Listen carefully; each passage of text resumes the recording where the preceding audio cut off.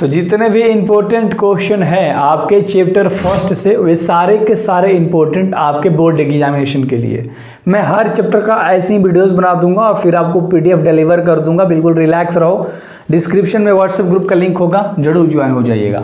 अब देखिए the ratio of LCM and HCF of the least composite number. सबसे पहले कह रहा है ना कि आपको रेशियो लेना है एलसीएम एंड एचसीएफ का, ठीक है। लिस्ट कंपोजिट नंबर सबसे पहले उठा लो। सबसे छोटा कंपोजिट नंबर क्या होता है? 4 होता है। बहुत बढ़िया। And the least prime number, और सबसे छोटा भाई साहब प्राइम नंबर क्या होता है? 2 होता है। अगर आप इसको खत्म कर दोगे तो कितने बार में? 2 बार में। मान लो नीचे 1 ऊपर 2, तो ये रेशियो किसका आ गया? 2:1 का आ गया। कितना आसान सा सवाल था यार। कौन सा ऑप्शन दिख रहा है? ए नंबर का ऑप्शन दिख रहा है। मुझे लगता है आपको बेसिकली बहुत अच्छे से इस सवाल को समझने में कोई दिक्कत नहीं हुआ होगा। तो मैथ को बहुत आराम से हम लोग समझेंगे, कोई दिक्कत नहीं है, ठीक है। अगला सवाल के ऊपर हम लोग बात करते हैं। एक्सप्लेन वाई, एनसीईआरटी का सवाल है, आपको आता है। इसमें पूछ रहा है कि 2 चीज़ें दी रखी हैं, इसमें ना कंपोजिट नंबर कहना है कि ये कंपोजिट नंबर होगा या नहीं होगा। सिंपल सा सवाल है यार। सबसे पहले क्या है? 7 × 11 × 13 प्लस का 13 है। अब प्लस के बाद 13 है, प्लस के पहले भी 13 है, तो 13 को कॉमन निकाल लिया। तो इसमें से 13 को निकाल लिया तो केवल 7 × 11 × 13 निकल गया, तो 1 बचेगा, है ना। कोष्ट बंद करने के बाद यहाँ पर प्लस में क्या बचेगा? केवल 1 बचेगा, क्योंकि 13 को आपने कॉमन ले रखा है। कोई दिक्कत नहीं है। अगर आप ध्यान से देखोगे तो 13 है ना, और क्या ही बोलना, यहीं पर इसको कोष्ट यानी कि कोष्ट को हटा दोगे लाडलो। ध्यान से अगर आप देखोगे यहाँ पर तो मल्टीप्लाई हो जाएगा, ठीक है। यहाँ पर तुम्हारा जो है वही हो जाएगा, और यहाँ पर प्लस का चिन्ह है तो प्लस में 1 हो जाएगा।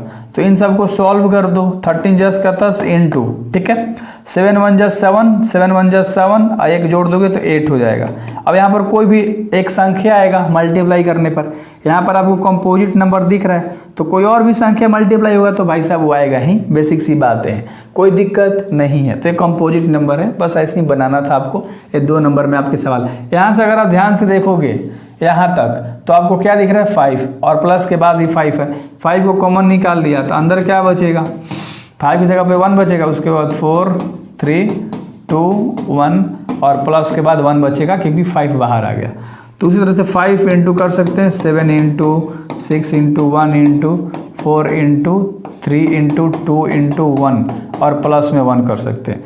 तो ये रहा। तो 5 आपका कंपोजिट नंबर है ही है। इधर पूरा संख्या को आप मल्टीप्लाई करके लिख के फिर मल्टीप्लाई करोगे तो कोई एक रिजल्ट आएगा, कोई एक आंसर आएगा। तो कंपोजिट नंबर है, बेसिक सी बात है। बहुत हलवा सा सवाल था, इसमें कोई दिक्कत नहीं थी। अगला सवाल, prove √5 is an irrational number. इसे प्रूव करना है, एनसीईआरटी का सवाल है। एनसीईआरटी का सवाल है और एनसीईआरटी का सवाल मैंने लिख रखा है। तो ये तीनों सवाल मोस्ट इंपॉर्टेंट है, कर लेना। मैं बोलूँगा कर लेना, आपके नोट्स में है, बस रिवीजन कर लेना। मैं इस पे बना के टाइम वेस्ट नहीं करना चाहता।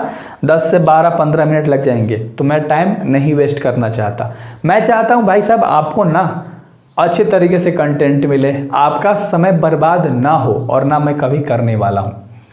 Find the sum of exponent of prime factorisation. Exponent क्या होता है भाई साहब? पावर को बोलते हैं। जैसे मान लो 4 का पावर 6 है, ए है ना। ये जो पावर वाला होता है ना, इसको हम बोलते हैं। तो बेसिकली पावर है, बेसिकली आप समझ सकते हो।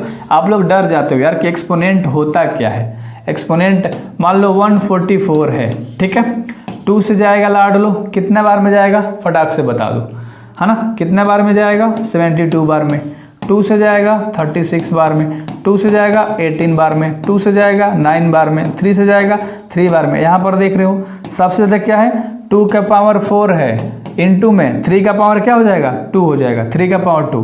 अब ये पावर को हम ऐड कर देंगे तो 4 + 2, आंसर क्या आ जाएगा हमारा? 6। और ये हमारा एक्सपोनेंट ऑफ प्राइम फैक्टराइजेशन हो गया। सो केवल पावर वाले को हमें क्या करना होता है? ऐड करके आंसर लिख देना होता है। समझ में आ गया होगा कि इस तरह के सवाल आपको 2 नंबर देकर जाएगा, और आपका भाई टोटल 100 में 100 आपको दिला कर जाएगा, याद रख लेना। अगला सवाल है जो कि लास्ट है, find the total factor prime numbers. भाई साहब तुम्हें भी पता है total factor of prime number कितना होता है ना। सिंपल सा आंसर क्या हो जाएगा? 2 हो जाएगा। मुझे लिखने की जरूरत नहीं है, हर बच्चे को पता है। टोटल जो प्राइम नंबर का जो टोटल फैक्टर होगा लाडलो, क्या होगा? 2 होगा।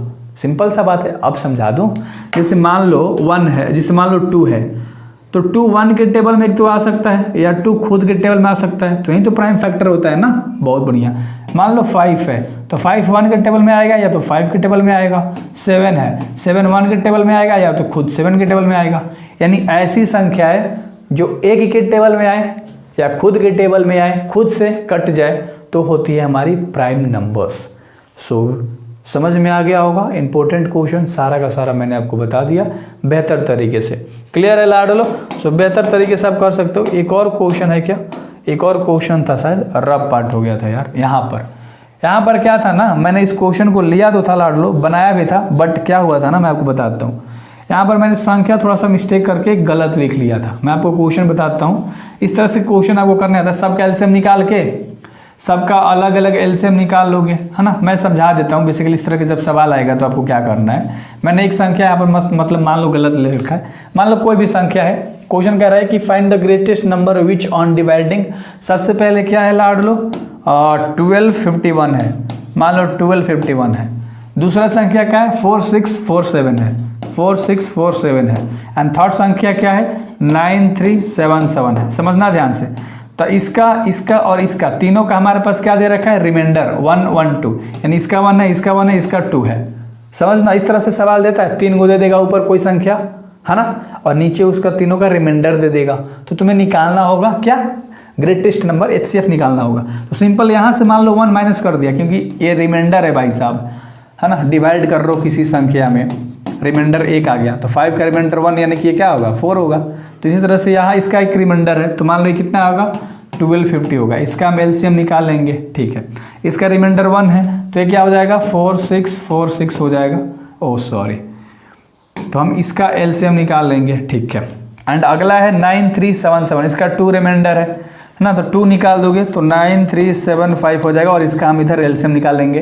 तीनों का एलसीएम निकालने के बाद तीनों में जो हमारा कॉमन निकलेगा, सबका मल्टीप्लिकेशन क्या होता है? एचसीएफ होता है। आपको पता है बेसिकली कि एचसीएफ कैसे निकलता है, ग्रेटेस्ट नंबर वही यार, ठीक है। सो बेहतर तरीके से ये क्वेश्चन भी कर लेना। उम्मीद है कि मैंने आज टोटल 6 क्वेश्चंस बताए, आप बेहतर तरीके से करोगे। और सारे चैप्टर्स किसी तरह से बताऊंगा, और स्टैंडर्ड वाले जो जितने भी लड़के हैं मैथ से, और वो बेसिक वाले भी लगा सकते हैं, क्योंकि स्टैंडर्ड वाले 10% के लिए बहुत ज़्यादा मेहनत करते हैं, है ना। तो बेसिक वालों के लिए भी कंपलसरी है। ऐसा नहीं कि भाई साहब क्लास 10th में वो मैथ है, सबके लिए इंपॉर्टेंट है। इस तरह से पीडीएफ डिजाइन कर रहा हूँ, वो आपको पीडीएफ मिलेगा जैसे ही चैनल पे 1K सब्सक्राइबर कंप्लीट होगा, वैसे ही आपको दे दूंगा, ठीक है। सो आप लोगों के हाथ में है, कब तक करते हो, आपको दे दूंगा। So best of luck. उम्मीद है सब्सक्राइब कीजिएगा, उम्मीद मत तोड़िएगा।